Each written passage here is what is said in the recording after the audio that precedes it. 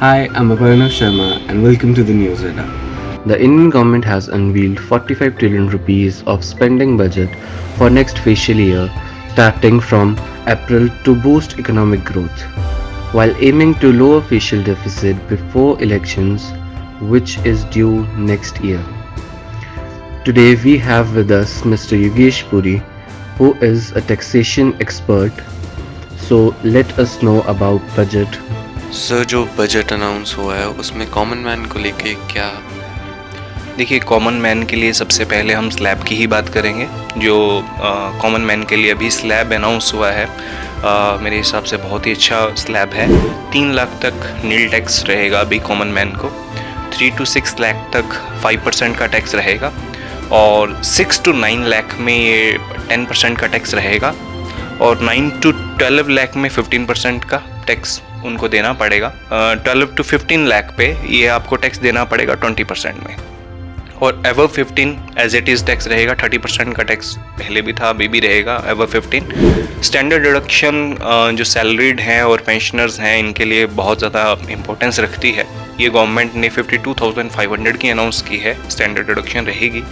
Each salaried person with an income of 15.5 lakh rupees or more will thus stand to benefit by 52,500 rupees. And इसके अलावा जो एक rebate था जो 5 लाख तक कॉमन मैन को मिलता था, जो बहुत बड़ी इंपॉर्टेंस रखता है कॉमन मैन के लिए, वो गवर्नमेंट ने 2 लाख तक इंक्रीज कर दिया है। अब वो रिबेट 7 लाख तक रहेगा। I propose to increase the rebate limit to 7 lakh in the new tax regime. Thus, persons in the new tax regime with income up to 7 lakhs will not have to pay any tax at all. और common man की आपने बात की है तो इसमें बहुत ही 2 बड़े मेजर चेंजेस हैं कि जो सीनियर सिटीजन सेविंग स्कीम थी उसका जो डिपॉजिट था वो गवर्नमेंट ने ऑलमोस्ट डबल कर दिया है। 15 लाख तक आप पहले सीनियर सिटीजन सेविंग स्कीम में डिपॉजिट करवा सकते थे, अब आप इस पे 30 लाख तक डिपॉजिट करवा सकते हैं।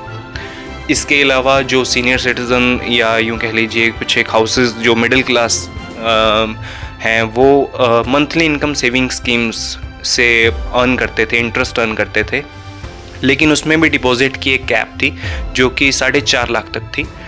अब गवर्नमेंट ने उस कैप को डबल करके 9 लाख का कर दिया है। फॉर सिंगल अकाउंट वो 9 लाख की कैप है, और अगर आप जॉइंट अकाउंट में MIS करवाते हैं, monthly income scheme account open करते हैं, तो 15 लाख की कैप इसमें गवर्नमेंट के अकॉर्डिंगली अनाउंस की गई है। जो अनएम्प्लॉयड आदमी है उसके लिए क्या होगा इसमें? तो फिलहाल अनएम्प्लॉयमेंट सेक्टर के लिए गवर्नमेंट ने स्किल सेंटर्स को ओपन करने की अक्रॉस द स्टेट्स ये डिसीजन लिया है अभी। महिलाओं के लिए और लड़कियों के लिए क्या आएगा इसमें? देख, वुमेंस के लिए एक स्मॉल सेविंग अकाउंट ओपन करने के लिए गवर्नमेंट ने अनाउंस किया है, बट ये एक वन टाइम बेनिफिट होगा वुमेंस के लिए। टिल 2025 तक ये ऑपरेट कर सकते हैं अपने इस अकाउंट को, जिसमें कि 7.5% का इंटरेस्ट रेट उनको मिलेगा। For women or girls for a tenure of 2 years at fixed interest rate of 7.5% with partial withdrawal option. 2025 के बाद ये वर्क नहीं करेगा, ना ही आप इसको 2025 के बाद ओपन करवा सकते हैं। तो ये वन टाइम फैसिलिटी गवर्नमेंट ने वुमेन एम्पावरमेंट के लिए दी है। ट्रैवल एजेंसीज में क्या है? तो ट्रैवल इंडस्ट्री मेजर एरिया में आती है जो कि हमारी इकोनॉमी को कंट्रीब्यूट करती है। तो ट्रैवल इंडस्ट्री में गवर्नमेंट ने 50 डेस्टिनेशंस को सिलेक्ट किया है जिनको वो डेवलप करेंगी as a travel sports, as a travel destinations उनको डेवलप करने का डिसीजन लिया है। और एक इनिशिएटिव गवर्नमेंट ने इस बजट में लिया है कि जो ट्रैवल इंडस्ट्री है या टूरिज़म है उसको बॉर्डर एरिया पे, जो विलेज के बॉर्डर एरियाज़ हैं उन पे उनको सेटअप करेगी। यूनिटी मॉल्स गवर्नमेंट सेट करेगी कुछ एक डेस्टिनेशंस पे जो कि बूस्ट करेंगे ट्रैवल सेक्टर को। कुछ एक ट्रैवल जो स्पेशल प्रायोरिटी स्पोर्ट्स हैं है ना, उनको बूस्ट करेंगे यूनिटी मॉल्स। तो हेल्थ सेक्टर के लिए क्या होगा? और देखिए, हेल्थ सेक्टर में गवर्नमेंट ने 86,175 करोड़ का इन्वेस्टमेंट किया है।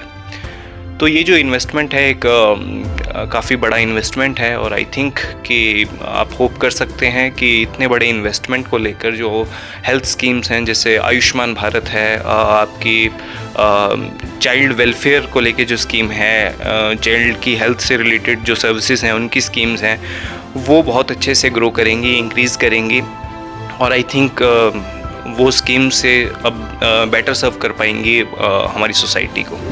बिजनेस हाउसेस को लेके क्या है? शुगर कोऑपरेटिव्स के लिए एक गुड न्यूज़ है। बेसिकली ये जो अनाउंसमेंट है फाइनेंस मिनिस्ट्री की, ये बेनिफिशियल करती है शुगर फार्मर्स को, क्योंकि जो शुगर कोऑपरेटिव्स हैं उनके लिए गवर्नमेंट ने अलाउ किया है कि वो जो भी उन्होंने पेमेंट्स की हैं 2016-17 से पहले शुगर फार्मर्स को, वो एज ए एक्सपेंडिचर उनको क्लेम कर सकते हैं। सेकंड, जो कस्टम ड्यूटी है गवर्नमेंट ने वो थोड़ी सी इंक्रीज़ की है।